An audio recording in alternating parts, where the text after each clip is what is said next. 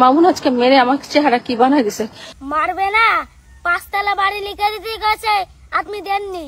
আমি আগেই কইলাম মামুনটা ছেড়ে আমারে ধরেন। আমার পেজ ডিলিট করে দিছে, আমি জানি। আমার পেজ আমি ডিলিট করে দিছে ভাইয়ারা।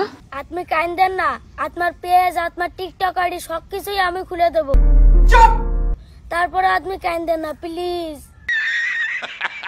এই দেখেন মদ খেয়ে আমার চেহারা আমি চিনতে পারতেছি না, রাস্তায় বসে আছি। ফকিন্নিরা বানাইছেন কোটিপতি, ফকিন্নিরা বানাইছেন আপনার হাজবেন্ড, ফকিন্নিরা বানাইছেন মদখোর।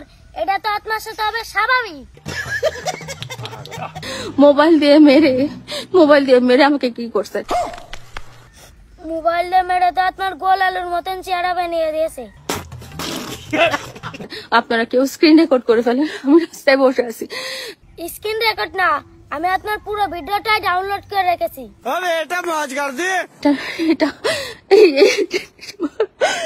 মোবাইল দিয়ে মেরে আমার চেহারা কি করে দিয়েছে?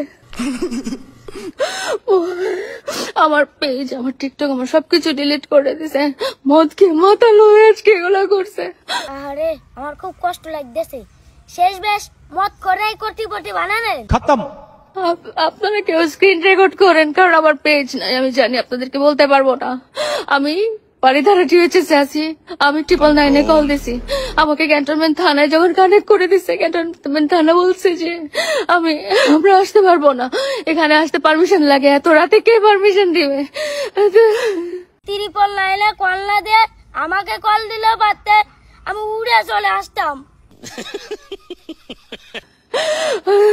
আমার মুখে দেখেন পুরো আমার সোনারা কি করেছে। ফকিন্নি মামুন, তুই এটা কি করলি? আমার নেক্সট ইচ্ছা ছিল লাইলার কাছ থেকে 5 তলা বাড়িটা আমি লিখে নেব। নিকাল লাউড়ে। আমাকে যখন মামুন গাড়িতে রাস্তায় মারতেছিল, আশেপাশে মামুনের 2টা বন্ধু ছিল, হেলাল আর জুবায়ের, যাদের কথা আমি আগেও বলছিলাম।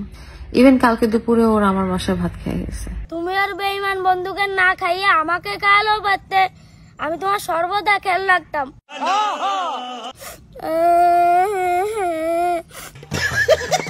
আমি ওদেরকে বারে বারে বলতেছিলাম যে মামুনকে থামাও বা আমাকে সেভ করো, গাড়ি থেকে আমাকে সেভ করো। সবশেষে আমি একটা কথাই বলতে চাই, মামুন ভাইয়ের এই কাজটা করা একদমই ঠিক হয়নি। আগের বারও বলছিলাম যে আমি এদেরকে ভাইয়ের মতো দেখছি, কিন্তু একটা জিনিস খেয়াল করলাম, মামুন যখন আমাকে এভাবে অ্যাসল্ট করতেছিল, ওরা দুজন কেউ আগে আসেনি, চোখের সামনে দাঁড়ায় ছিল। ও ড্রাঙ্ক ছিল ঠিকই, কিন্তু ওর মাথায় সবই কাজ করতেছিল। 2টা লোক রাস্তায়, আরো 2টা লোক হেঁটে হেঁটে যাচ্ছিল, তাদেরকেও আমি বলছি যে মামুনকে থামাও। ওই 2টা লোক দাঁড়ায় দাঁড়ায় আমাকে মার খাওয়া দেখতেছিল। আজকাল কেউ মানুষের উপর ভরসা করবেন না, কারণ এই যুগে একটা ভালো মানুষ খুঁজে পাওয়া খুবই কষ্টের বিষয়। আমি রাস্তায় দাঁড়ায় দাঁড়ায় গাড়ি থামতে বলছি যে আমাকে সেভ করো, আমাকে বাঁচাও, আমাকে হেল্প করো। অসহায় আমরা। বুরা লাগতা है भाई, आप लोग भी जानते हो। যে মামুন দিন দিন ও এমন বেশি তার সেলফ কনফিডেন্স গ্রো করে গেছে যে তার গায়ে কেউ ফুলের টোকাও দিবে না। আমি ছোট হয়ে মামুন ভাইরে কিছু বলতে পারতেছি না, এটা হলো আমার কষ্ট। আরে कहना क्या चाहते हो? না হলে ফকিন্নি মামুনটা একদম ধুয়ে দিতাম। साले को बम से उड़ा दूंगा एक बार हाथ में आ जाए तो। জুবায়ের আর হেলাল, তোমাদেরকে বলতে চাই, হ্যাঁ ডেফিনেটলি তোমরা কোনোদিনও আমাকে আর সামনাসামনি দেখবা না, তোমাদের সাথে আমি কোনোদিনও যোগাযোগ করবো না।